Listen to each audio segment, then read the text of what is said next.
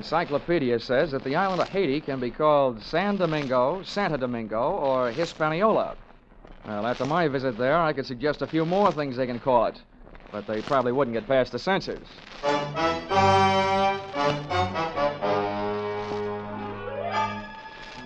This is another in the adventures of America's fabulous freelance insurance investigator, Johnny Dollar. At insurance investigation, Johnny Dollar is only an expert. At making out his expense account, he's an absolute genius.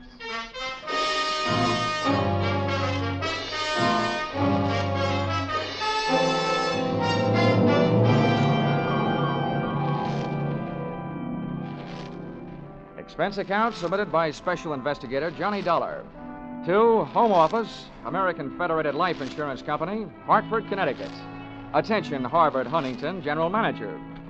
The following is an accounting of my expenditures during my assignment in Port-au-Prince, Haiti. Or, the nights may be black down there, but the magic is blacker.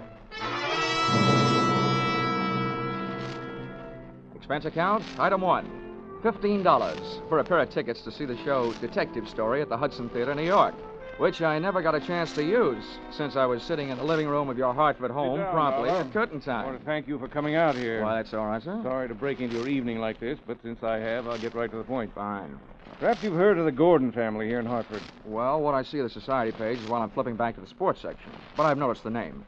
Diamond-studded, aren't they? Yes, immensely wealthy. Pillars of society, and surprisingly, quite a proper family. Oh. It is all but one of the sons, Ralph. The heavy drinker, complete wastrel, ne'er-do-well. A blot on the old escutcheon, eh? Yes. Continually getting into one scrape or another. Now he's done it again. I take it that you're not worried about Ralph the man, but about Ralph the policyholder. Well, to put it bluntly, yes.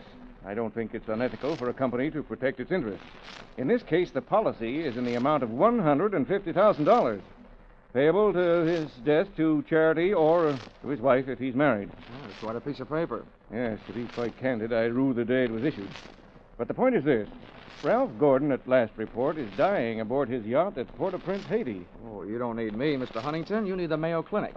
Dollar? Yeah? I hesitate to even mention this in the presence of a sane man, but from everything we can learn, young Gordon is not dying from any known malady. He's dying as a result of a...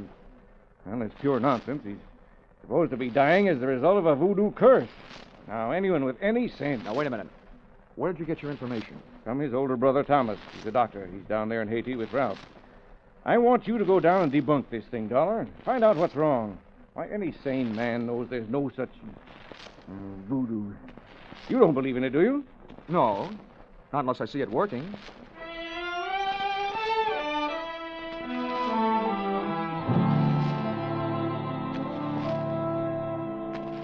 Expense account, item 2. $148.70. Hartford to Port-au-Prince via airplane. Expense account, item 3. $32.50. Tropical clothes. They didn't fit me, but they fit the weather. And item 4. $25. Spent while I browsed the waterfront bars in Port-au-Prince looking for somebody who knew where the Gordon yacht was moored. When I found him, he not only knew that, he knew everything. Ask me first. My name's Cap Reagan, and I've been here since before repeal. Give up my citizenship, I did. With the help of a couple of prohibition agents. Oh, you don't say. Uh-huh. And I figure on sailing out my final days right here. What do you want with the Gordon craft? I want to see the owner, Ralph Gordon. How do I get to it? Oh, I reckon you pay me to row you out to her. My dinghy's down at the foot of the pier, just a short hail from where we're at. Oh, well, good. Come on, let's shove off then. Just wait till it down my ration here.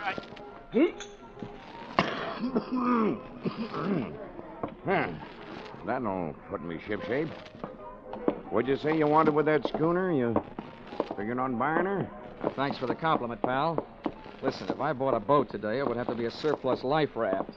Now, I told you I want to talk to Gordon. Friendly visit or other kind? I'm beginning to see how you know so much about this island. Well, never question, never learn. Remember that, Sonny? Yeah. Yeah, this way. Veer off to starboard.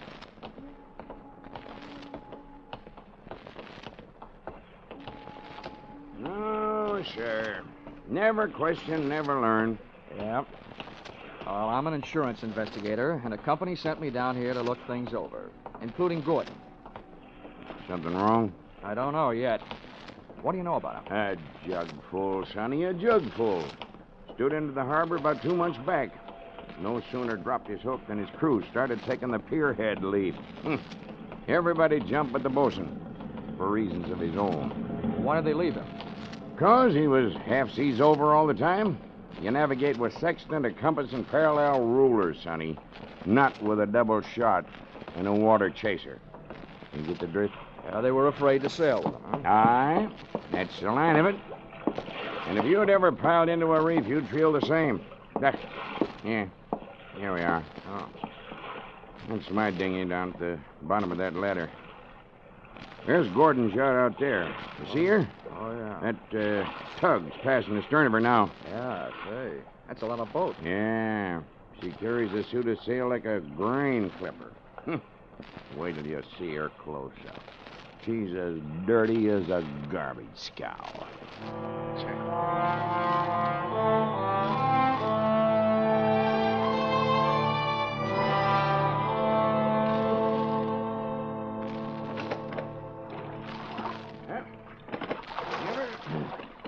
Give her a hail now, Sonny.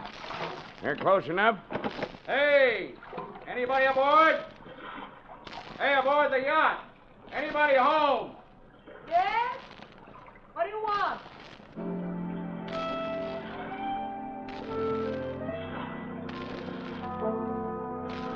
If the ship was dirty, I didn't notice. It may have had good lines, too, but it couldn't have touched what stood at the rail wearing clam diggers, an off-the-shoulder T-shirt, and a Caribbean tan. Oh. There's a rim hull for you. Yeah. That'll be his wife. His wife. Oh. Can I come aboard? Who are you? What do you want? I'm Johnny Dollar from Hartford. I want to talk to Ralph. Oh. Why, yes, then I guess you'll have to come aboard. Here. I'll swing the stern into the ladder. Okay. There you be. Oh. Steady now. Steady. Okay, Cap. You wait for me, huh? Yeah.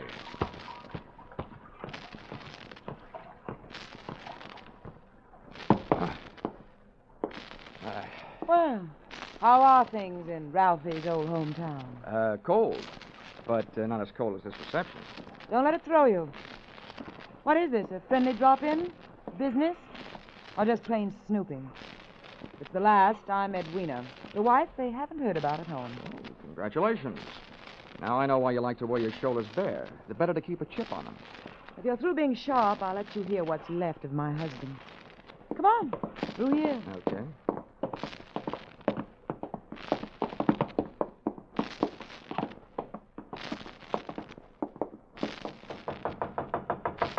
Hey, Ralph.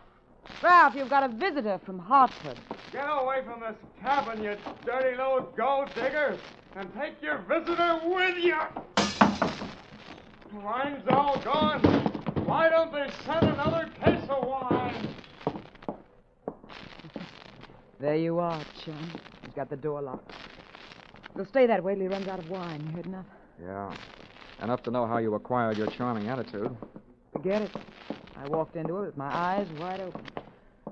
Let's get back out on deck. The light's better for throwing bobs at each other. Yeah, sure. Sounds like fun.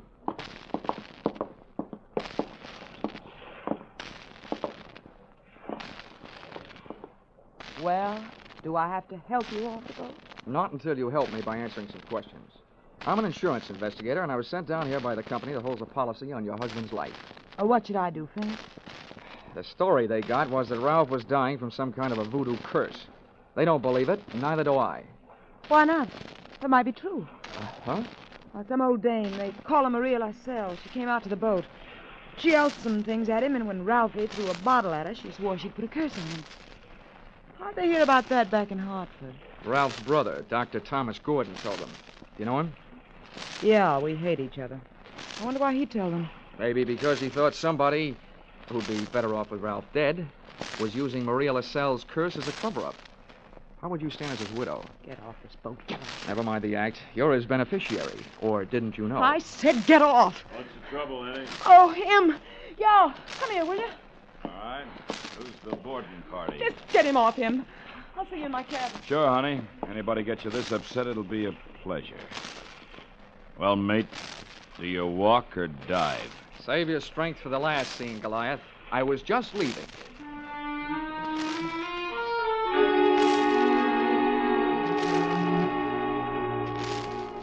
Expense account, item 5, $3. Paid to Cap Reagan as water taxi fare.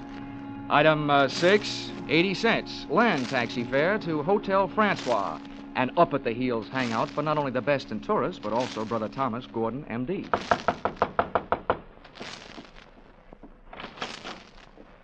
Yes? I'm Johnny Dollar, Dr. Gordon, from Hartford. Oh, yes, Dollar. I've been expecting you.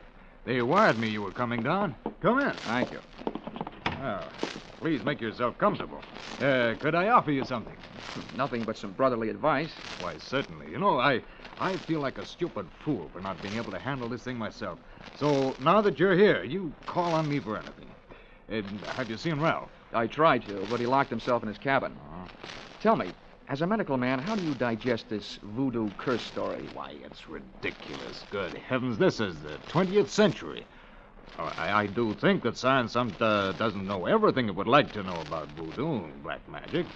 There are stories supposedly true, but any victim would have to have a highly susceptible mind. Now, I know my brother, Mr. Dollar. His mind is susceptible only to his own whims and fancies. Well, then what's the matter with him? Well, that's it. I don't know. He's drawn within himself. He seems to be searching almost insanely for escape through alcohol. Hasn't anybody thought of putting him on the wagon? It's a horrible idea, but I've heard it works. I don't think this is the time for it. He's suffering mentally and needs release. Well, that leaves us with only one thing to think about. No matter how thin you cut it, it's still voodoo. Well, I'm a man of science, Mr. Dollar. I'd make hypocrisy out of all my knowledge and training if I attacked the problem from that direction.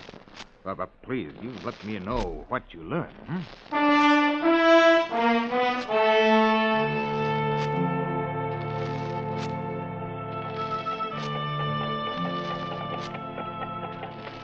Expense account, item 7, $4.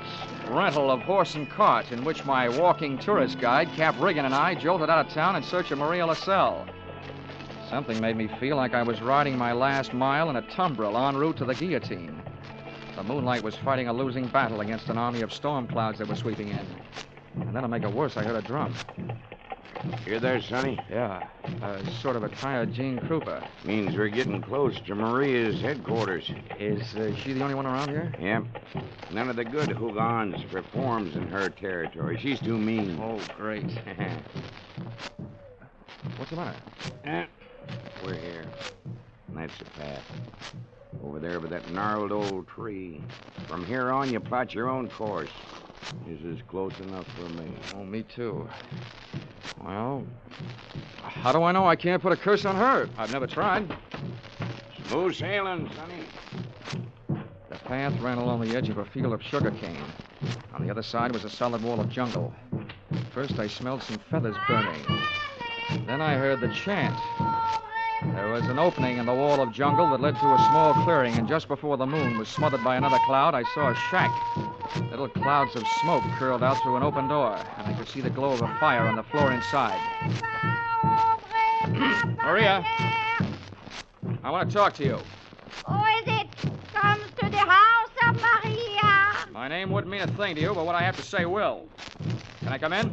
Andre. What is this word of so great importance to stop Maria? All I know about voodoo is I don't believe it.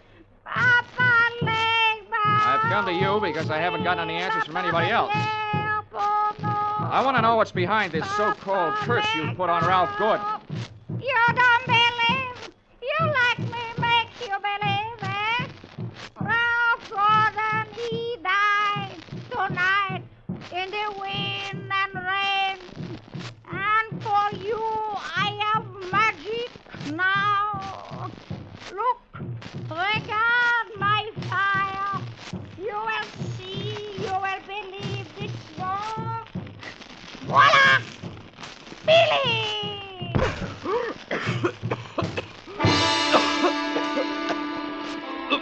I couldn't see what she'd thrown to the fire. She'd reached behind her for it. But when the smoke from it whirled around me, it seemed to grab my throat and squeeze. I stumbled back to the door. I hadn't believed in voodoo when I'd come in, but going out, I wasn't so sure.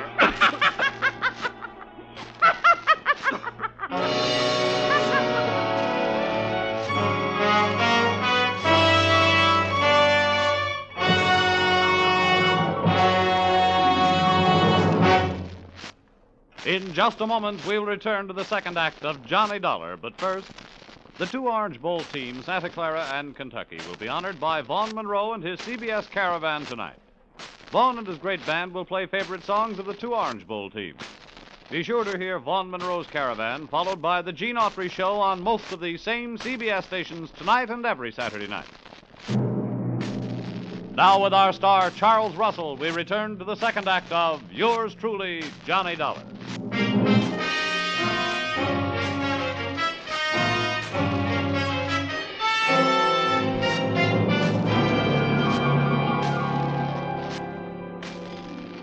My throat burned. My eyes were looking at each other. My lungs felt like a pair of deflated footballs. And the blood in my head was pounding a better and louder rhythm than that drum. I staggered around the heavy jungle air, and when I could breathe again, I gulped in enough to lift the Graf Zeppelin. By that time, I was cool enough to get hot, in anger.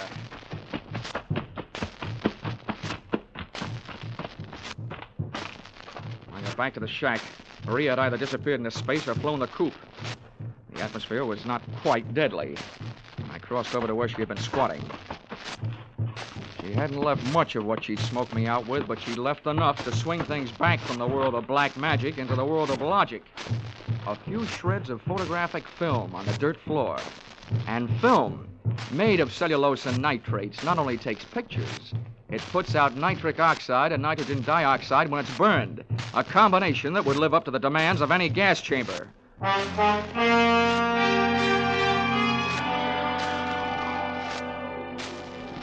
captain rowed me out to the Gordon yacht. This time I boarded without a hail. Ralph was still in a bad mood as I started to pass his cabin. Why don't they send the wine?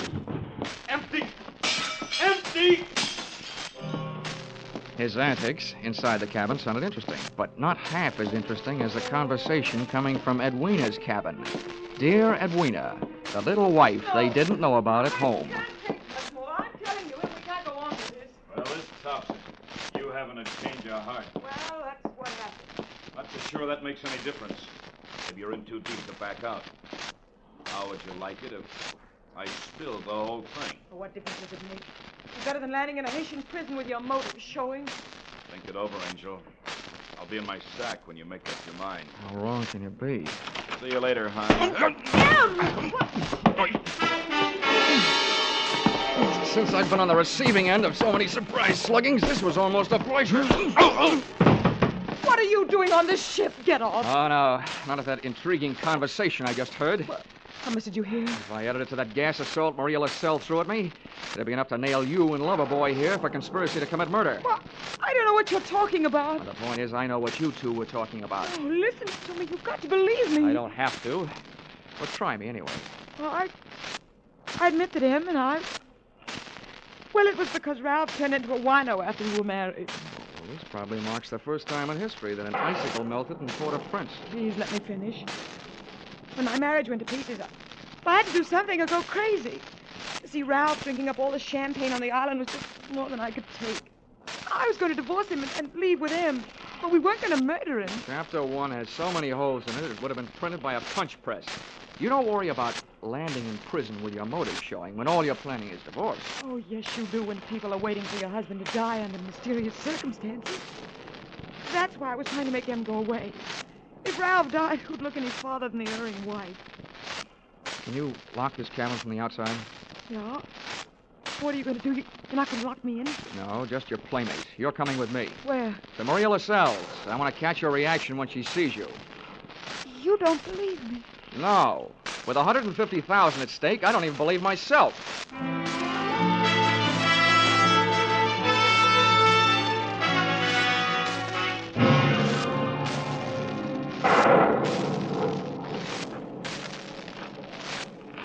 There's her shack. Go ahead. Go on in. Who is it? Come to the door of Maria. Who are you, woman? Well, Mr. Dollar, are you satisfied? Not quite. And you, you who don't believe.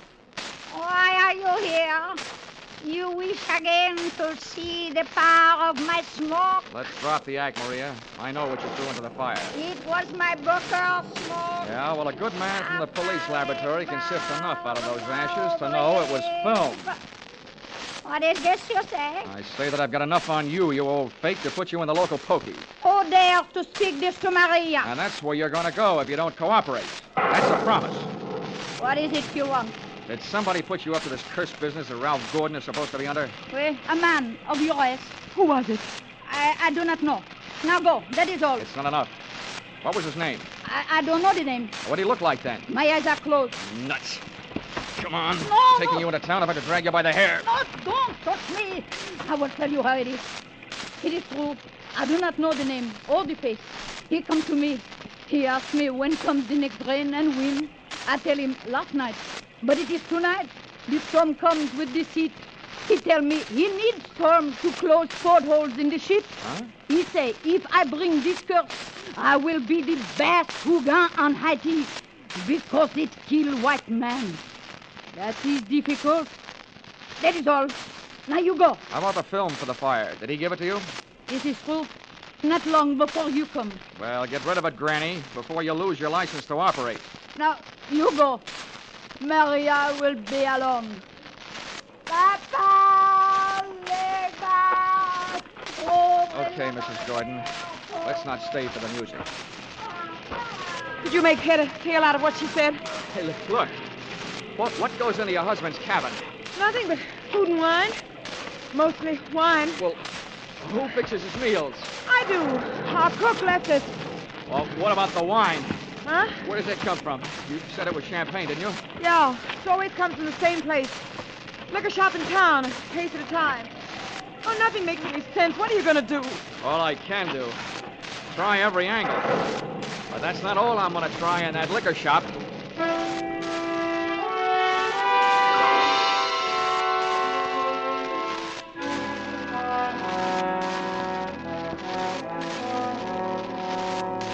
Expense account, item 8, $4.50. 2 quarts of rum, the purchase of which helped loosen the tongue of the proprietor who had been supplying Ralph Gordon's champagne. What wine? A case at a time, packed in dry ice. There is And no the doubt. words that poured out weren't exactly intoxicating, but they sent me staggering to the nearest phone.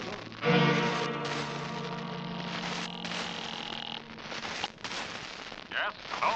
Hello, Dr. Gordon, this is Dollar. Good. That's the dollar I've been wondering about you. What have you learned? First, tell me this.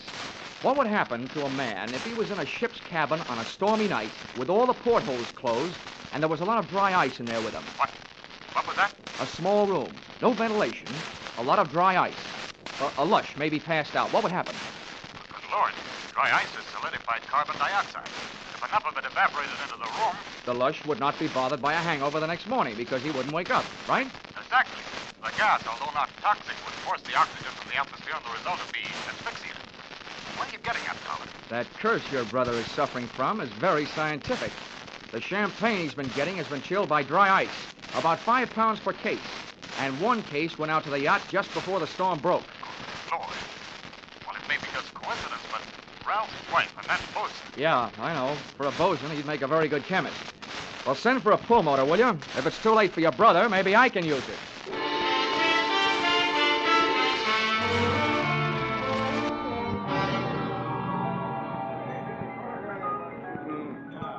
I'm a flying fish sailor. I hail from Hong Kong. Hey, Cap. Blow, Cap. blow. Come on, Cap. Ahoy, Sonny. Send him around, George, from a shipmate and me. This is rum Never weather, mind the round, Sonny. Cap. You gotta row me out to that yacht again. Huh? What do you take me for, a blasted galley sleeve? Come on, My Cap. back is I'm about in a broke hurry. now from all the rowing in this. $20. In this way.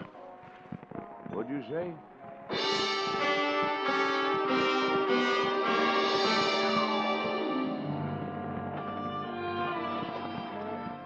I didn't think it could rain any harder than it had, but it did. We would have been drier swimming. And the visibility was so bad, I would have had to have a seeing eye sealed to find the ship. But about 20 minutes out, Cap spotted her riding lights. Here she lies, Sonny. We were on target. But so was somebody else. A searchlight stabbed out at us. Hey. This sounds like Prohibition days. Who's giving us a broadside? Can't tell yet. I'll lay a pelican hood over his head if I get my hands on him. Hey, Cap, what's the matter? Got my left leg. Cap, get down to the bottom. Yeah. I'm going over the side. To me, swimming is a pastime to be practiced only under ideal circumstances, in a pool, and preferably in the company of a well-filled bikini suit. But there was nothing to do but swim, so I swam. I tried to remember how many shots had been fired, and that's where I made my mistake. There was a lull in the shooting, which I took to mean the gun was empty. I put my head down in the best Weissmuller style and thrashed my way to the ladder. But when I got there, the first thing I saw after I'd shaken the water out of my eyes was the muzzle of a rifle. The face looking down the barrel at me belonged to Brother Thomas Gordon, M.D. Sorry, Dollar. Killing you wasn't in my plan. But now it'll have to be done. I wasn't surprised at that, but I was surprised at what happened. I was waiting for a bullet to come my way, but instead the doctor did. Are you all right, Dollar? Yeah, I am.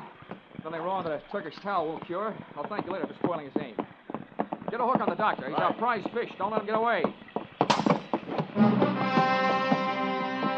I grabbed a fire axe out of its case on my way to Ralph Gordon's cabin. If it needed ventilating, I knew one quick way to do it.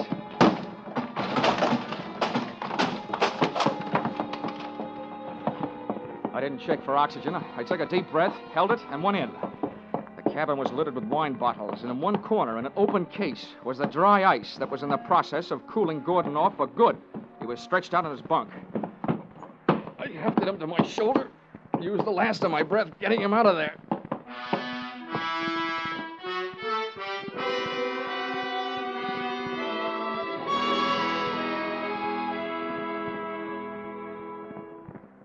Expense account, item 9, $30. Cover charge at a hospital where I put the revived Gordon under the care of a doctor, not his brother, who happened to be resting in a jail cell at the time. His motive hadn't been the insurance money. He figured to gain quite a chunk as the only heir to the Gordon fortune, if he could have taken care of Brother Ralph. Item 10, same as item 9, same hospital where they patched up Cap Riggin. Item 11, $148.70. Return trip to Hartford. And expense account item 12, $40. An ounce of voodoo perfume for the lovely but sometimes chilly Edwina. Maybe if she tries that kind of magic on her husband, he'll spend less time with a bottle joy and more with her kind. Expense account total, $424.70. Signed, yours, truly, Johnny Dollar.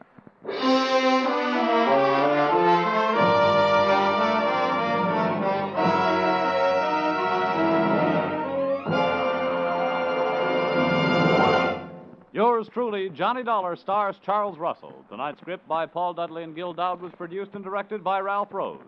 Featured in the cast were Betty Lou Gerson, Sylvia Sims, Ben Wright, Ken Christie, Howard Culver, Dawes Butler, and Tim Graham. The special music is written and conducted by Leith Stevens.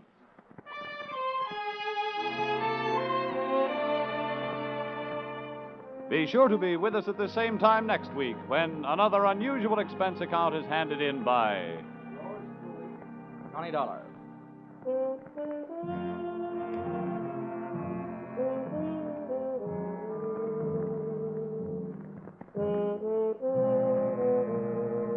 Were you right? Were you wrong? Did you know it was Buster Keaton playing Sing It Again's Phantom voice these last few weeks? Well, now there's a new Phantom riding the airways on Sing It Again. And for identifying him tonight, some CBS listener can win $50,000 in cash and prizes, radio's largest jackpot. Phone calls go out from coast to coast, so be ready for the new Phantom when Sing It Again comes your way over most of these same CBS stations later tonight. Now stay tuned for Vaughn Monroe's Caravan, which follows over most of these same CBS stations. This is CBS, where yours truly, Johnny Dollar, meets adventure every Saturday night, the Columbia Broadcasting System.